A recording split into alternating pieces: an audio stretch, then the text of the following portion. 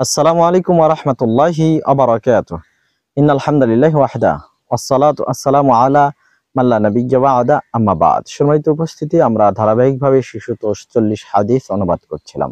30তম পর্বে এসে আমরা যে হাদিস অনুবাদ করব, লেখক হাফিজাহুল্লাহ নিয়ে এসেছেন সহিহ মুসলিম 2179 নম্বর সংখ্যায় হাদিস এসেছে। আন আবি হুরায়রা রাদিয়াল্লাহু আনহু قال قال রাসূলুল্লাহ সাল্লাল্লাহু আলাইহি ওয়াসাল্লাম।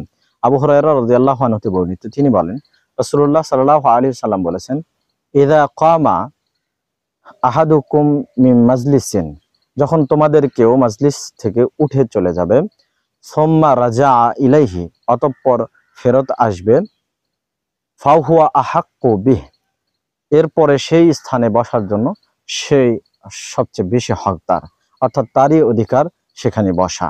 দেখুন, এই হাদিস মাজলিসে বসার আদব সম্বন্ধে বর্ণিত হয়েছে।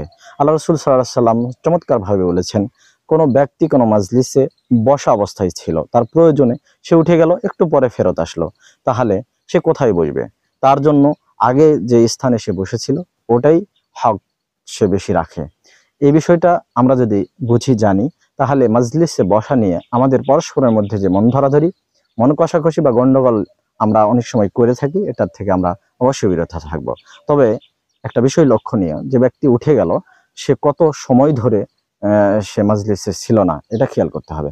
কেউ বা দেখা গেল জহরে উঠে চলে গেছে, আসর মাগরিবে পরে আসলো, অনেকটা সময় ক্ষেপণ করলো, এক্ষেত্রে হয়তোবা সে তার আগের স্থান ফেরত পাবে না। তবে কেউ একটু আগেই চলে গিয়েছিল, আবার ফেরত আসলো, তাকে তার আগের স্থানে বসতে দেওয়া আমাদের উচিত, এবং সেই স্থানের অধিক হকদার সেই ব্যক্তি। আসুন আমরা হাদিস ফলো করি, হাদিস মেনে জীবন পরিচালনা করি। আল্লাহ আমাদেরকে সে তৌফিক দান করুন, আমিন। ওয়া আখিরু দাওয়ানা আনিল হামদুলিল্লাহি রাব্বিল আলামিন। আসসালামু আলাইকুম ওয়া রাহমাতুল্লাহি ওয়া বারাকাতুহু।